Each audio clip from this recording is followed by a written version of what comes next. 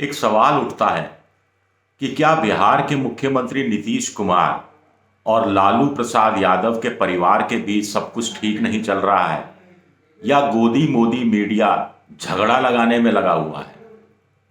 पहले ये कहा गया कि नीतीश अब तब तब एनडीए में जा रहे हैं, ऐसा कुछ हुआ नहीं, तो अब परिवार का झगड़ा।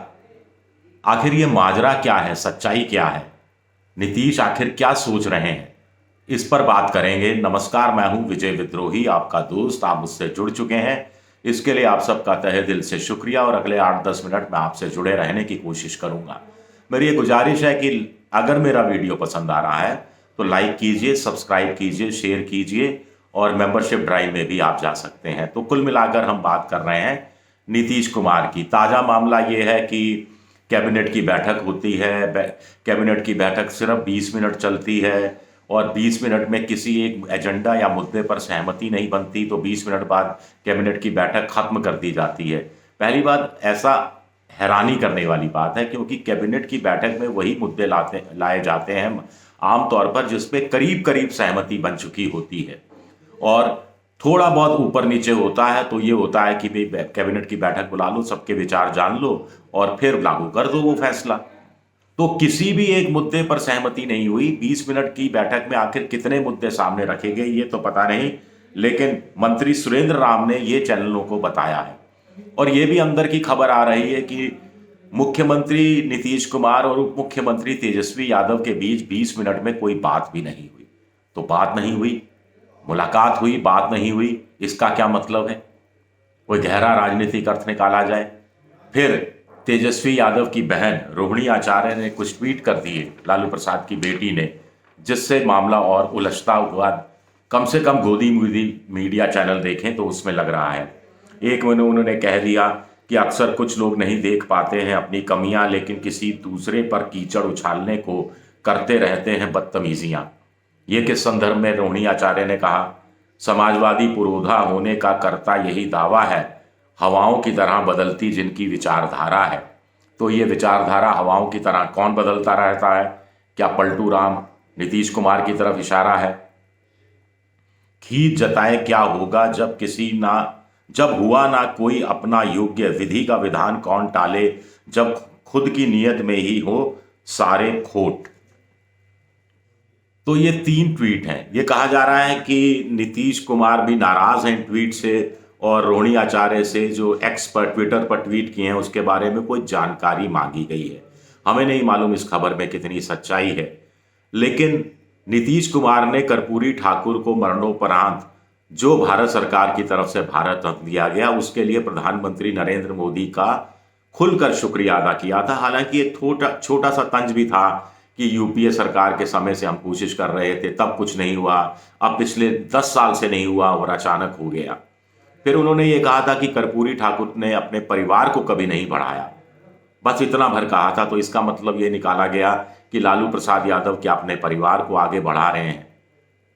लेकिन कन्हैया बेलारी जैसे जो बड़े वरिष्ठ पत्रकार हैं, जो नीतीश को 35-36 सालों से जानते हैं, उनका मैं कहीं एक बयान सुन रहा था, स्टेटमेंट किसी डिजिटल चैनल पर, जिसमें वो कह रहे थे कि नीतीश कहीं जाने वाले नहीं हैं और नीतीश और लालू के बीच अच्छी खासी पटती है, और नीतीश कभी कभी ऐसा कुछ बोल देते हैं। वो कह रहे थे कि 1-2 बार तो उन्होंने तेजस्वी यादव के सामने बोल दिया कि 1995 से पहले बिहार में कुछ हुआ था क्या, बताइए, कुछ था क्या? जो कुछ हुआ 1995 के बाद हुआ। और दुनिया जानती है कि 1995 से पहले लालू प्रसाद यादव और राबड़ी देवी की सरकार थी, और तेजस्वी यादव पूरे समय मंच पर बैठे हंसते रहे, मुस्कुराते रहे, चाचा की बातों का कतई बुरा नहीं माना। तो नीतीश कहीं जाने वाले नहीं हैं, ये बताया जा रहा है। उनको बीजेपी खेमे में जाने में कुछ मिलने वाला भी नहीं है। यहाँ फिर मामला क्यों उलझा हुआ है? कुछ लोग कह रहे हैं 2 चीजों में मामला उलझा हुआ है। एक, नीतीश चाहते हैं कि विधानसभा चुनाव भी लोकसभा चुनाव के साथ साथ हो जाए, अभी 1.25 साल का वक्त बचा है।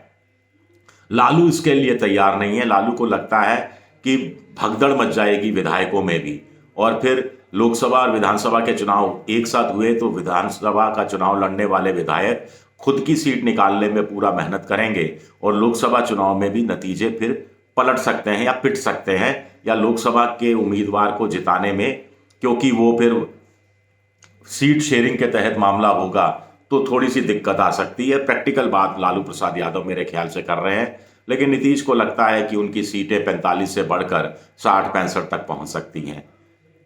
तो एक मसला ये है, जल्द से जल्द वो हल चाहते हैं। हालांकि कन्हैया बेलारी का कहना है कि उनको नहीं समझ में आता कि क्यों चुनाव कराए जाने चाहिए और नीतीश को क्यों इस बात पर जितना चाहिए। दूसरी बात है, सूत्र बता रहे हैं कि नीतीश कुमार ये चाह रहे हैं कि उनको इंडिया पॉलिटिकल फ्रंट का प्रधानमंत्री पद का उम्मीदवार जल्द से जल्द घोषित कर दिया जाए।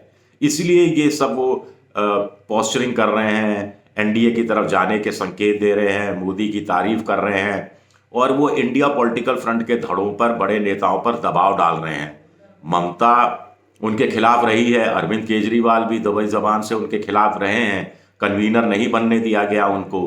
तो नीतीश ये कह रहे हैं कि साहब कन्वीनर 6 महीने पहले बन जाते तो बेहतर रहता। उनके सूत्र, उनके नजदीकी लोग ये कह रहे हैं। खैर वो सारी बातें पुरानी हो गई, लेकिन एक दो मसले हैं। एक, नीतीश का इंडिया पॉलिटिकल फ्रंट में रहना या एनडीए में जाना। दूसरा, अगर वो इंडिया पॉलिटिकल फ्रंट में ही रह रहे हैं, कहीं जाने वाले नहीं हैं, तो फिर लालू प्रसाद यादव से संबंध क्यों खराब हो रहे हैं या खट्टे मीठे क्यों हो रहे हैं? या लालू प्रसाद यादव की बेटी को, रोहिणी आचार्य को, ये ट्वीट करने की इजाजत किसने दी? उनका व्यक्तिगत तौर पर ट्वीट था या सहमति ली गई थी? सहमति ली गई थी तो किससे सहमति ली गई? लालू तो इसके लिए कतई सहमत नहीं होते। क्या तेजस्वी से सहमति ली गई या फिर ये तात्कालिक रिएक्शन था? तात्कालिक रिएक्शन था कि नीतीश ने परिवारवाद पर हमला बोल दिया तो जवाब में इन्होंने भी विचारधारा या उनके जो पलटू होने का स्वभाव है, फितरत है, उसको लेकर एक तंज कस दिया। इन बातों को इसी तरह से व्यक्तिगत तंज के रूप में लिया जाए या वाकई में कोई झगड़ा है, गांठ पड़ गई है? यह भी बताया जा रहा है कि लालू प्रसाद यादव की पार्टी के शिक्षा मंत्री चंद्रशेखर हुआ करते थे, उनको गन्ना मंत्रालय दे दिया गया और नीतीश की पार्टी के या उनसे उनके करीबी को शिक्षा मंत्रालय दे दिया गया। इसको लेकर भी कोई तेजस्वी खेमे में किसी तरह की नाराजगी है, इस तरह की बातें भी कही जा रही है। तो बातें तो बहुत सी हो रही हैं, लेकिन बड़ा सवाल उठता है कि अगर नीतीश ये चाहते हैं कि उन्हें प्रधानमंत्री पद का उम्मीदवार जल्द से जल्द घोषित किया जाए, तो क्या मल्लिकार्जुन खड़गे, शरद पवार, उद्धव ठाकरे, फिर अरविंद केजरीवाल, अखिलेश यादव इसके लिए सहमत होंगे? स्टालिन सहमत होंगे? स्टालिन को तो कोई लेना देना नहीं है, और लेकिन शरद पवार में भी ख्वाहिश है। उनको भी लग रहा है कि एक और मौका देखा जा सकता है, तलाशा जा सकता है। नीतीश कुमार को लग रहा है कि ये आखिरी मौका उनके पास पॉलिटिकल करियर के रूप में है, जब वो प्रधानमंत्री पद में अपनी दावेदारी पेश करें और उसके बाद वो बड़ी तेजी से सामने आएंगे। कन्हैया बेल्लारी का भी कहना है कि एक बार उनको प्रधानमंत्री पद का उम्मीदवार घोषित कर दिया गया तो बहुत संभव है कि वो मुख्यमंत्री पद तेजस्वी यादव के लिए छोड़ दें और देश भर में घूमें और मोदी को पूरा तरह से निशाने पर लें, क्योंकि तब मुकाबला मोदी बनाम नीतीश कुमार हो जाएगा। और नीतीश कुमार जिस जाति से आते हैं उस पर हमला करना आसान नहीं होगा मोदी जी के लिए। पहली बात, कोई उन पर भ्रष्टाचार का आरोप नहीं है, कोई बैगेज नहीं है, इसलिए वो भ्रष्टाचार वाला मुद्दा भी भुतरा साबित हो जाएगा। और नीतीश ने अभी जिस ढंग से सरकार चलाई है, सुशासन बाबू के रूप में उनकी एक इमेज रही है, उसको फिर वो बढ़ चढ़कर सामने रखने की कोशिश करेंगे। तो इसका अंजाम क्या होगा ये देखना दिलचस्प होगा। मेरा वीडियो पसंद आए तो लाइक कीजिए, सब्सक्राइब कीजिए, शेयर कीजिए, घंटी जैसी आकृति बेल आइकन दबा दीजिए ताकि नया वीडियो आए तो तत्काल आपको जानकारी मिल जाए। आप मेंबरशिप ड्राइव में जा सकते हैं, मेरी आर्थिक मदद की कोशिश कर सकते हैं। विजय विद्रोही के नाम से मेरा पेज है फेसबुक पर, वहां आप मुझे फॉलो कर सकते हैं। एक्स यानी ट्विटर पर विद्रोही 7 के नाम से हूं। शुक्रिया, बहुत बहुत शुक्रिया।